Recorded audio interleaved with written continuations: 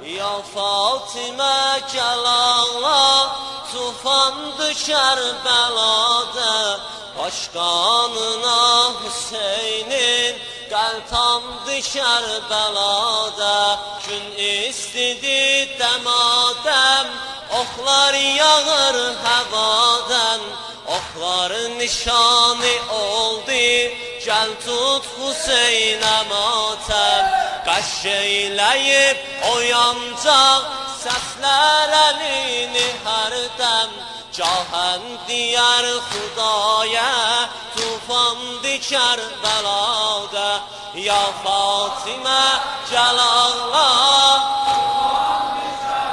ya Zəhra başqanına Hüseynin, səsvə qurban olun.